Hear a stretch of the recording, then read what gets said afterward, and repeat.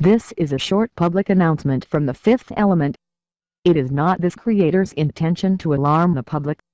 However, the viewers should be aware of certain bills that seem to inject themselves into society out of thin air. It is this creator's opinion that these bills do not just emerge from the nothingness, but rather are a product of mad scientists. Before we launch into this quick public service announcement, let's add a few new words to our vocabulary. The first one is nanotechnology, or simply nanotech. Manipulating matter on an atomic, subatomic or molecular level. The next one is molecular self-assembly.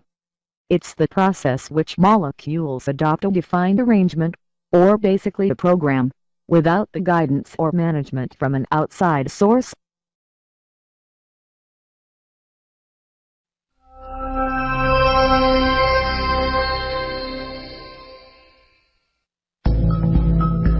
This is a man-made motor, a motor so small that more than 6,000 of them would fit on the head of a pin. Welcome to the world of the nanometer, a unit of measure that is 1/billionth of a meter. A nanometer is pretty small. One of the best analogies that I like to use is to compare it with a human hair. If you take a hair off of the top of your head, you can see that it's very thin. And now if you take something that's 100,000 times thinner than that, that's a nanometer. The ability to observe and construct things this small is at the heart of nanotechnology.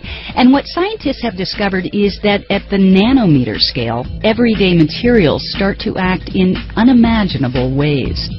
For Jeffrey Grossman, a UC Berkeley nanoscientist working with the National Science Foundation, that's exactly the draw. When you have things that sort of start changing the way they behave, and now you have the ability to control that, it sort of opens up an entirely new phase space of material. And good morning to you, and that's right, 12 girls here at Leroy High School in upstate New York say they've been suffering from severe tics, almost like Tourette's syndrome. And for the past 3 months, those girls and their parents have been searching for answers, and now they're finally getting some with newly released test results from the school district. What's going on at Leroy High School? That's what many students and parents want to know after 12 teenage girls began suffering from uncontrollable body movements, tics, and verbal outbursts. Brooke DuPont says she has the symptoms. It just gets frustrating because when I get nervous or anxious or anything like that, that's when it comes out more. Farrah Sanchez is a senior at the school. She says her symptoms are so bad she can no longer go to class. She shared her story with Ann Tuesday on Today. There was nothing going wrong, and then I just woke up, and that's when the stuttering started. Some possible answers in 2 newly released reports by the school district. A private company did environmental testing at the school in December. The reports found that no substances were detected within the school building that might be expected to cause any health issues in the student or staff population.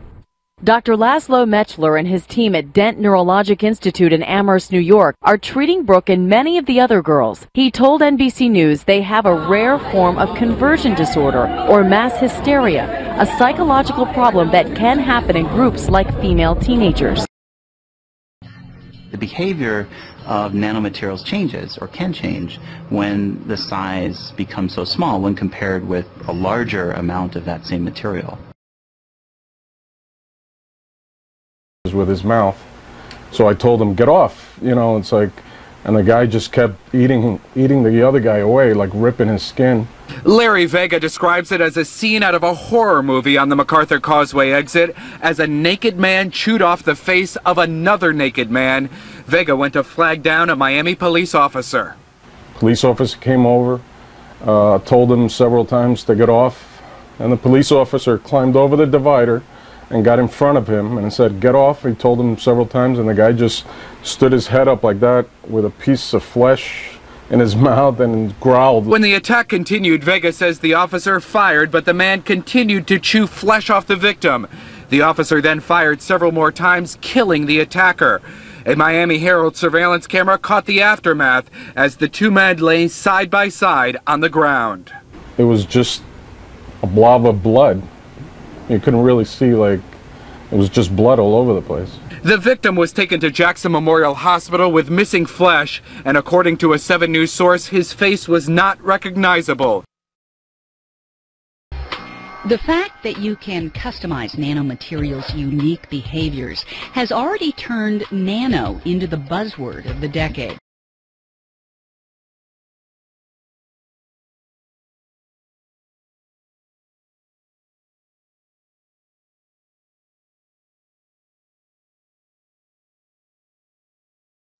This concludes our public service announcement. More to follow shortly. Stay tuned to the Fifth Element's channel as stories develop. Now back to your regular broadcast scheduling.